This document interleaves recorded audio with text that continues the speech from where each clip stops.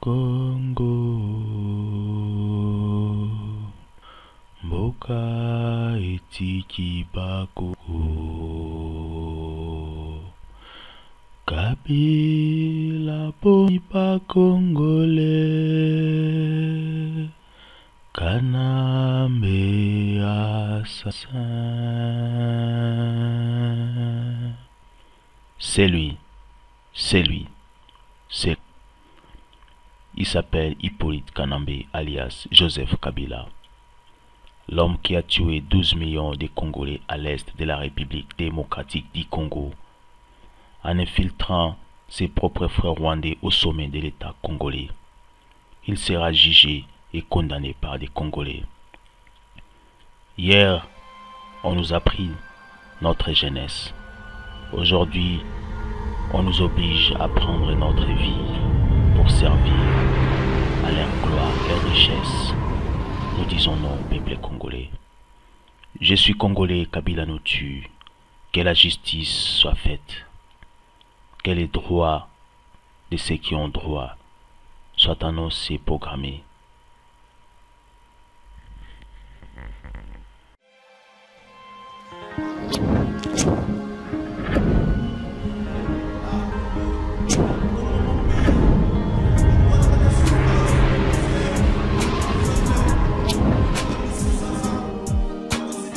Mesdames et messieurs, bonsoir. Bienvenue dans l'émission Nabino, les Congo.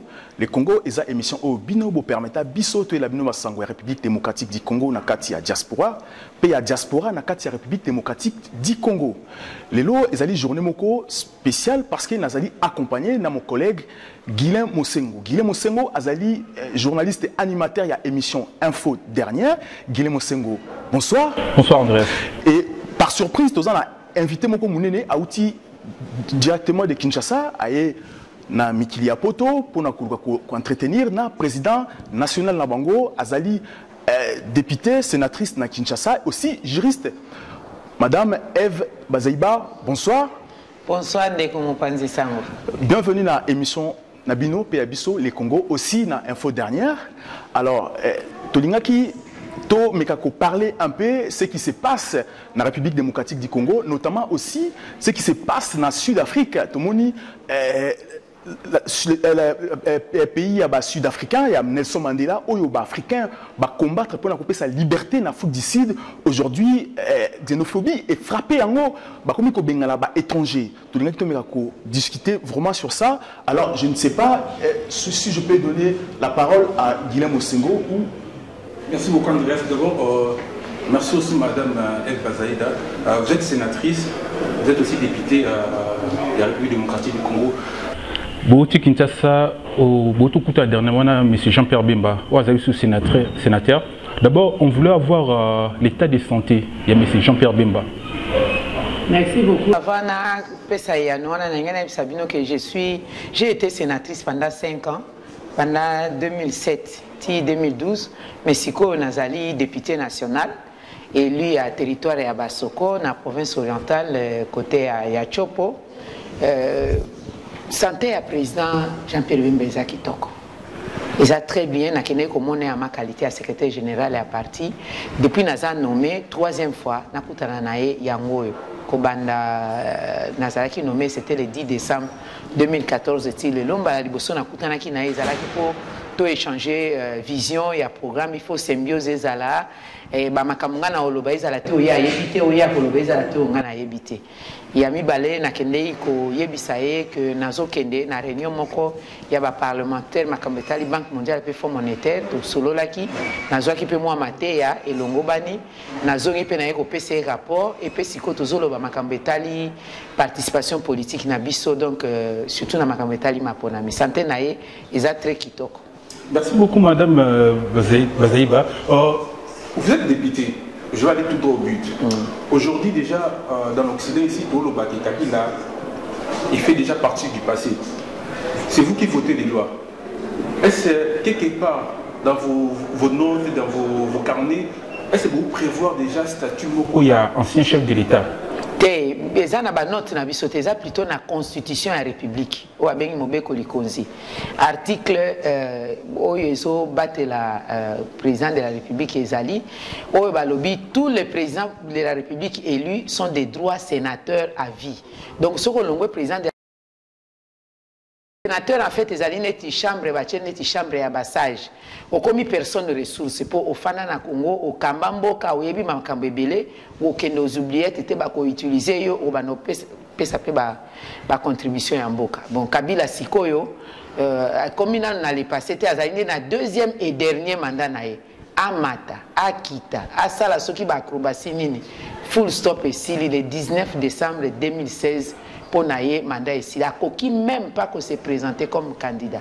Pour présentation à candidature vous en septembre. Ce qui se présenter comme candidat net en septembre, au bas fungoli scrutin, il y a précipité départ naïe pour entre septembre et décembre congolais m'aura ondimate qui a présenté les sous pour violation à la constitution en Aïsali inacceptable. Azan a conscience et bien on malade. Est-ce que na kaya Kabila bolobi que président Nyonso a quitté pouvoir a commis sénateur.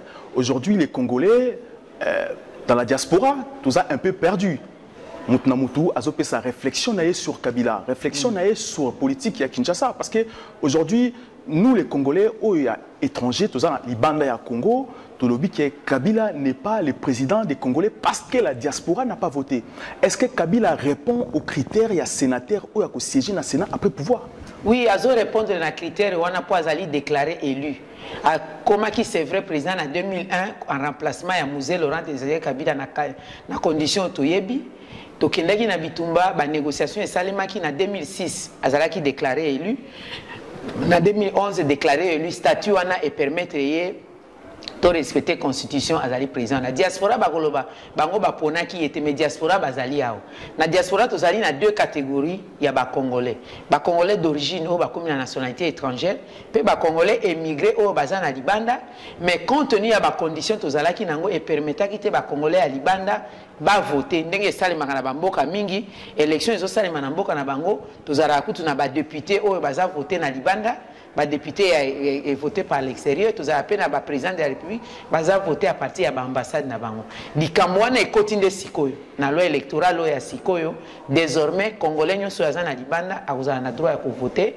Il est question de gouvernement à s'organiser pour un répertoire. Parce que le répertoire recensement, il y a des Congolais qui sont à Libanda, ils ont motango boni, ils sont en condition de voter, ils sont en condition de voter.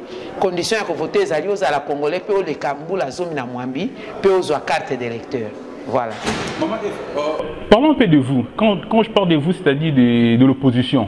Aujourd'hui, MLC est considéré comme parti de l'opposition. Mais nous qui sommes dans la base, des fois, on se pose des questions. Est-ce que MLC, c'est le canard boité à l'opposition ou bien MLC Azali pour faire partenir la majorité présidentielle et présence dans la opposition Azali pour jouer de tout bois fait? Jamais Azali Bongo. Tu n'as évité pour l'année ni au lobby Bongo. MLC Tozali parti à l'opposition depuis 2006. Dans mon président Nabiso Alobaki, nous nous alignons dans une opposition forte et républicaine. Tozali Kakawana. Pour preuve. Ndeko nyonso azana biso na MLC tango amoni ke course na ye elembi azoko kalisusu na opposition te bazo simanzela bazo kende bakei ba créer ba mouvement na bango ba koti na majorité. La dernière en date ezali Thomas Loaka a koti na gouvernement de cohésion nationale biso tolobi azali susu na kati ya parti te po loi ozo organiser statut opposition article 4 nango ezali clair oza réputé au long na opposition soki au koti na gouvernement. Yé Thomas a na condition donc il n'est même plus, il n'a pas le droit à koloba na kombo MLC. Oh yazo sala, ezali perturbation, ezali déstabilisation, à l'ouka déstabiliser MLC, mais à kolonga te, azali sous nangonga te. Parce que Thomas Louaka, excusez-moi de vous couper la parole madame, parce que Thomas Louaka entraîné il y a na kacha gouvernement, ils allaient qui procéder par rapport il y a d'abord MLC a participé na dialogue, na concertation nationale avec Kabila.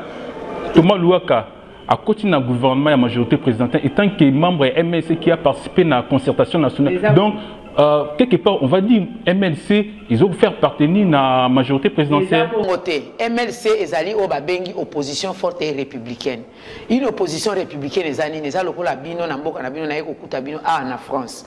Boza na majorité, ba socialiste, baza na pouvoir, puis boza na opposition parti mususu, oyo bazali ba na opposition. Ce qui likambo ezali baza kutu bato opposant bazalaka na préséance. Bazalaka même na parlement, baza na droit de participer à la manifestation en Mboka. Bandaka la MLC en tant qu'opposition républicaine, tous en a parlement, na Assemblée nationale, na Sénat, même na l'Assemblée provinciale. Ce qui va bengi biso koloba makambo etali Mboka to kendeki. Ya liboso tango gizenga le kaki premier ministre. Babenga kibiso to kendeki to yebisi bango to participer. On va, on répond et puis nous donnons notre position. Yami ba le monde aussi babenga kibiso le bazo former gouvernement ba matata bakotaki. To kei to pesipe position na ba muzitu plutôt bakotaki. To pesipe position na biso ke biso kuna to zate. Concertation babenga kibiso poto lo ba makambo mboka likambo ya M23. Donc Kabila a dirigé Mbokati a Bunani kopé sa paix amani azo kokate na est. A bengi appel na ba Congolais. Moi si to mobali boya bisangai mutu na mutu apesa ba idée même si toza na conflit en tant que majorité opposition mais makambo eta l'intégrité en Mboka qu'est-ce qu'on peut faire pour bouter dehors l'ennemi. Nous sommes allés donner notre stratégie na koyebisa ba bazolanda na info dernière ba balanda biso na émission ya Congo. Baye balelo que MLC a pesa ki ba stratégie. To pesa ki stratégie a munene pour na ko chasser M23 to lobby.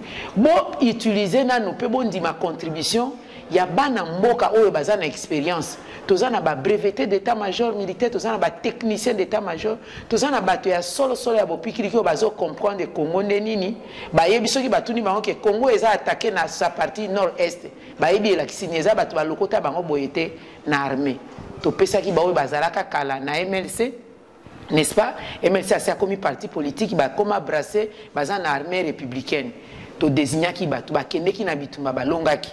Bo sengeli koyeba ke Mamadou Ndala oyo batu ba kumisi ebele malgré ba assassiné lelo, il venait du MLC, dans l'armée du MLC. Bo sengeli koyeba ke général Baouma oyo batu ba kumisi na musalo ya salaki ata ba assassiné lelo. Il venait du MLC. Pe ebele o na kotanga te pona tia bango na ba conditions difficiles. Exemple ya munene yangwana. Ya mibale loko ni tozwaki na concertation. To kendeki kozwa loi ya amnistie. Loi ya amnistie esalemaka partout na monde. Kobimisa na boloko ba oyo bazali babengi bango ba prisonniers d'opinion. Donc oyo nyonso akei kuna na gouvernement wana ya cohésion c'est une majorité réqualifiée. Et ça eloko ya sikate zali programme ya kala ya gouvernement avec le programme de Kabila et tout ça, donc on commis la majorité aux alliés sous un statut opposition. Voilà position na biso mais to ko kota na majorité to commis déjà na dernière minute boy. Tout à l'heure je dis on va parler de vous. Aujourd'hui vos collègues de IDPS vont proposer un dialogue avec la majorité kabilite. Position MLC c'est quoi? Toza contre dialogue pour le moment mutu akoyi sous ko pesa Kabila bouffée d'oxygène était. Tozo kende mandat na yezo suka le 19 décembre 2016. Le 20 décembre les alliés passation à pouvoir, civilisé du pouvoir. Na septembre 2016 ba candidature à présidentielle ezo kende. Tozo yeku toza sous na droit même pas à proposer candidature. Ce qui bolobi bo na négociation ya nini mikolo. Et loko biso tozo senga to sur l'andé ko aéré calendrier électoral. Toko ke na ba élection provinciale pour les alliés faut tikaka ya bato la majorité ba modifier qui constitution. Na 2011 les loyo ba député provinciaux mandé comme dépassé, ba sénateur mandé comme dépassé, il faut to corriger yango.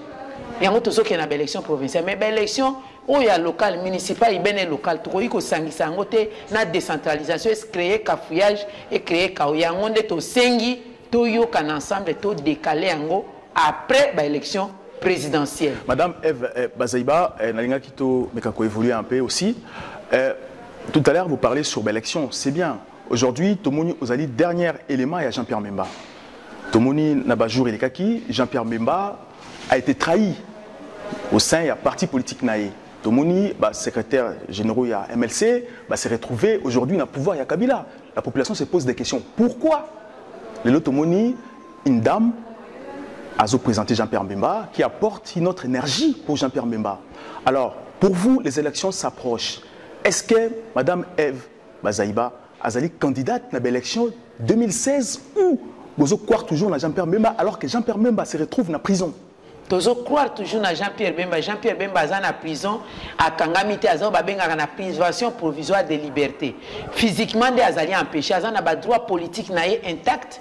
Il a le droit en tant que citoyen, droit civil intact. Et à démériter, il a toujours la confiance dans si Abimi présenté, qui aujourd'hui a été candidat à l'élection? Si Abimi prison, il y a candidat. Le Congrès est décidé. Congrès que la tenir c'est pour quand Congrès entre avril et mars et avril 2016. Madame Ève, aujourd'hui dans la diaspora congolaise et aussi dans la Kinshasa, MLC a perdu sa valeur. Aujourd'hui, on a accusé MLC accompagnant M23 accompagnant la rébellion à l'est de la République démocratique du Congo.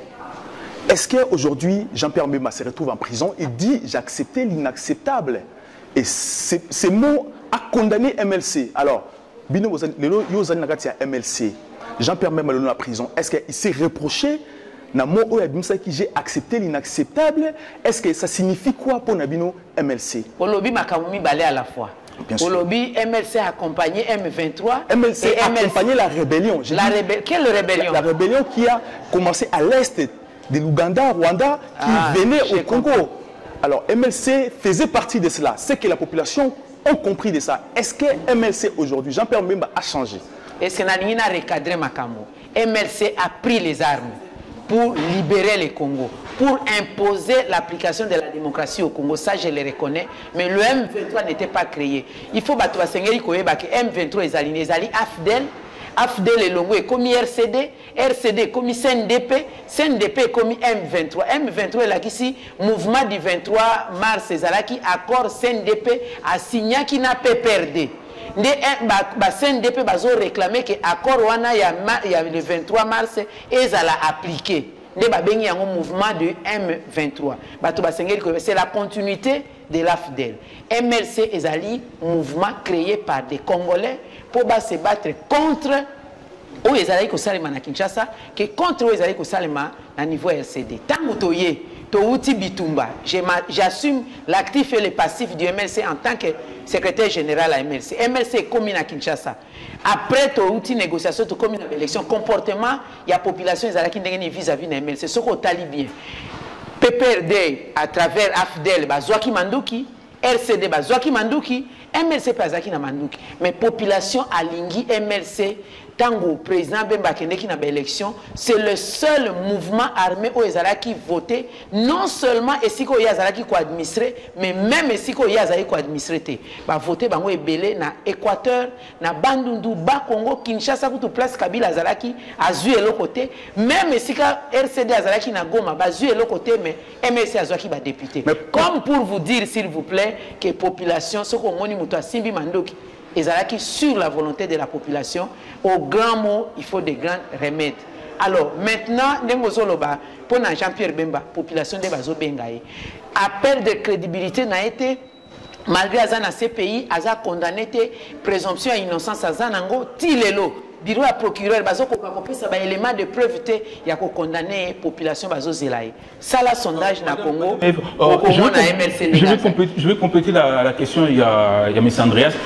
Madame Baïva, on dit qu'il y a une couche de la population qui considère M. Jean-Pierre Bemba comme un criminel par rapport à passé politique. Par rapport comme il a été en rébellion, par rapport à Nengasime Mnuki. Vous pouvez regarder la caméra et leur dire si vraiment M. Jean-Pierre Bemba c'est un criminel et place les dans la M. Jean-Pierre Bemba n'est pas un criminel.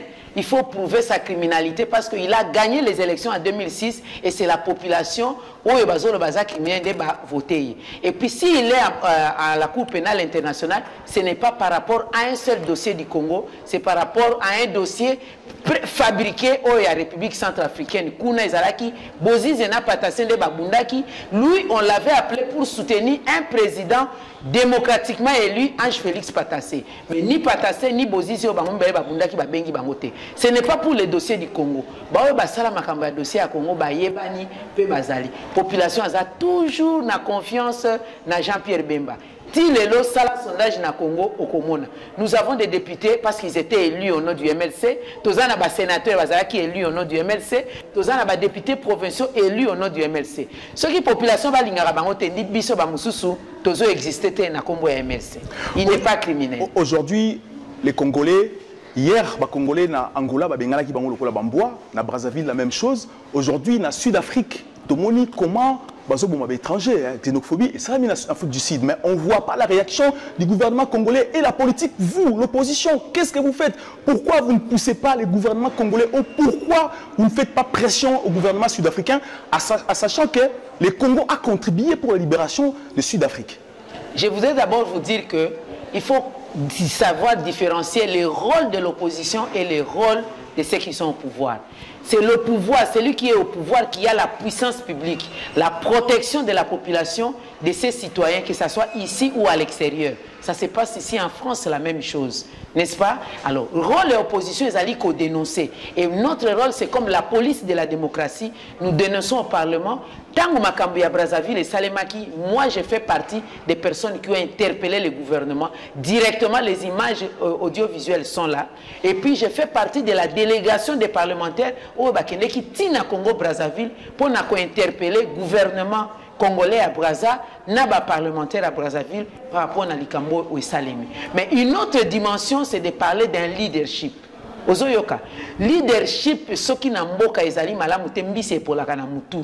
Tout autour, les voisins vont respecter Binoté. C'est vrai qu'on a connu ces problèmes, même du vivant de Mobutu. On disait Tikanyo Kale Kaboma Zaïwa.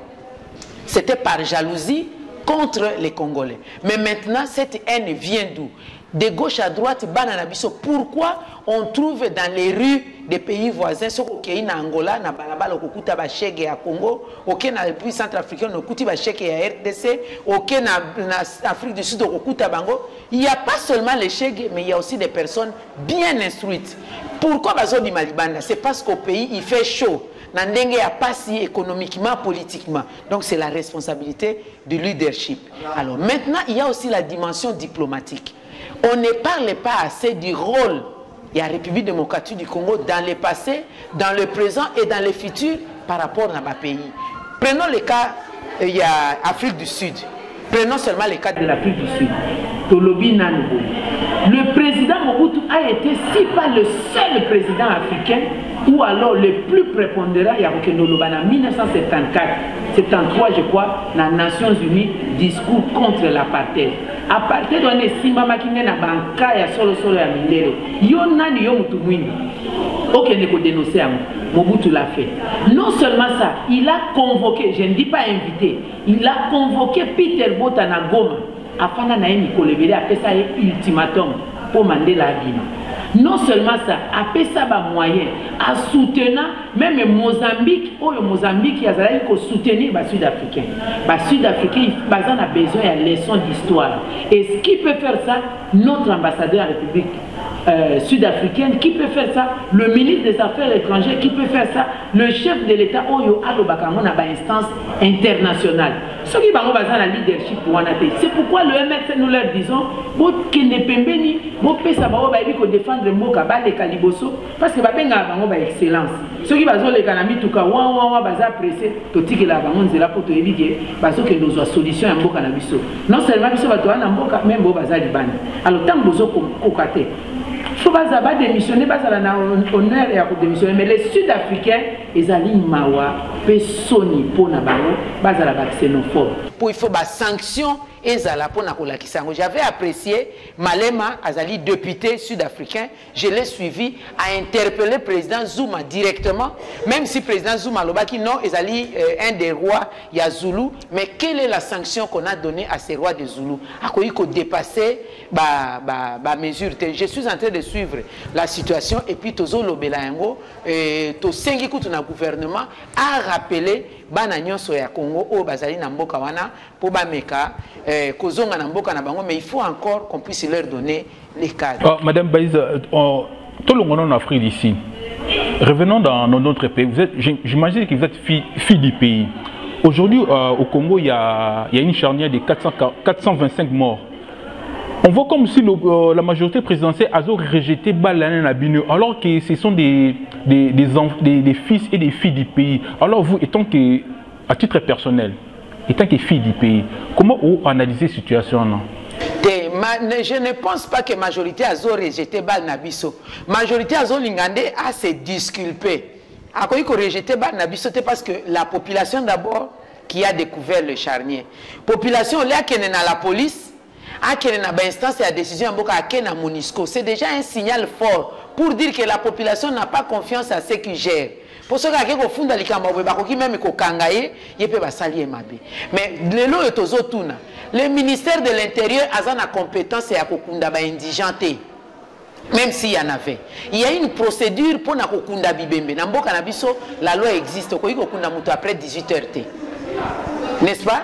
Et la loi est applicable tilelo. Ba indigène na biso pe bakunda makana hôtel de ville en collaboration avec la Croix-Rouge, soit Croix-Rouge nationale, soit Croix-Rouge internationale. Il n'y a pas eu une catastrophe Ebola yaki na Kinshasa te, ou batu ebele bakufi, bake no kunda bango na ba condition wana na butu. Donc c'est de la responsabilité on a toujours senga mise en place la commission d'enquête internationale, pour nani pour na objectivité, internationale pour nani pour na technicité. Et c'est parmi ces gens qui copie ça kolobate parce que tous c'est une mission d'enquête pour nous clarifier en tant que responsable na koyiko ça la spéculation té avant na que na ba spéculation et bongi plutôt tozwa commission d'enquête de ba copie ça biso rapport até ko za la 100% vrai mais nous allons nous rapprocher de la vérité pour toyoki mende alobi non ezalaki na 325 fœtus mais na culture na biso fœtus elingi koloba ba zemio elongo be mwana ya kufi ba morne.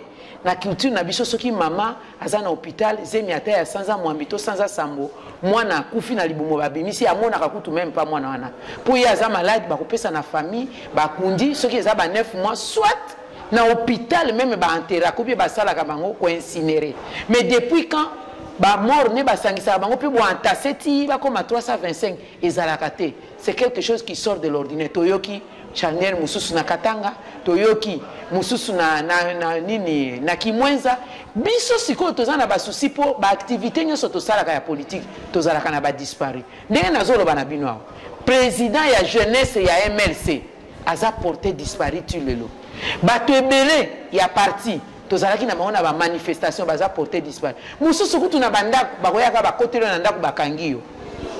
Na batu mususu ebele tolingi toyeba bato to lukaka bango est-ce que parmi bango bazana quantité je ne le souhaiterais pas pour avant beaucoup na même ba indigent to bato a sali accident a kufi to bato a liboma to boye ba pesa ka communiquer une semaine 2 semaines bato na bino oyo bozo luka bango bomoni te boya kotala na morgue bato nyoso bakene na la morgue kotala toyoka likambo wana te donc biso na bino tozo mitu na question ndenge moment to ko lâcher te ba mata ba kita on s'accroche jusqu'à ce que brin en vérité tout mon aïe. Madame Eve Bazaïba, depuis que MLC a été créé, qu'est-ce que vous avez déjà fait de concret pour le peuple congolais? Depuis que le MLC a été créé, nous avons fait beaucoup de choses de concret. D'abord, nous avons pu libérer les pays du Kranka et Pesamaki quand le pays était divisé, la partition des faits. Nous avons participé à la construction du pays après les négociations. Et tout comme il a pouvoir et la transition, le président Bemba a été dans les copies. Les lots et bakoyi ko beta tolo. Pour na makambia programme et DCRP document de stratégie, il y a réduction à pauvreté, ça vient du MLC. C'est à partir de la commission dirigée par Bemba d'obtenir. Même les lobby tozana na boom minier, bazo ça la exploitation ya ressources na biso neti ba cuivre bandi ressources sur production.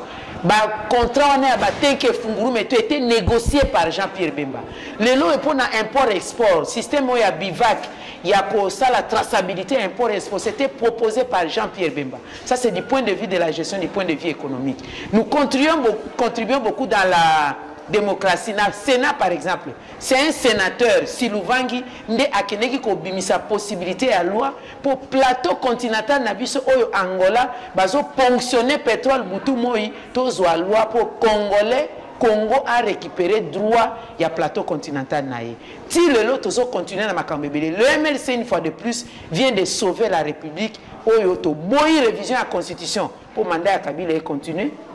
toboyi révision à la loi électorale pour mandat ya Kabila et continuer. Tozo continuer peut qu'on dénoncer koloba makambo etali gestion ya mboka, tozo proposer programme wana na population, justice, sécurité na développement pour population andimabiso. Ce qui kala na 2006-2011 communauté internationale ba sosola ki te soki toza banani en tout cas lelo phrase au président Bemba Lobaki si je savais non seulement ba congolais ba regretter même la communauté internationale va regretter mbaloyo environnement est bien faites-nous confiance on va gérer ces pays dans la voie de la bonne gouvernance dans la lutte contre la corruption. La question il y a décentralisation, il y a découpage il y a territorial.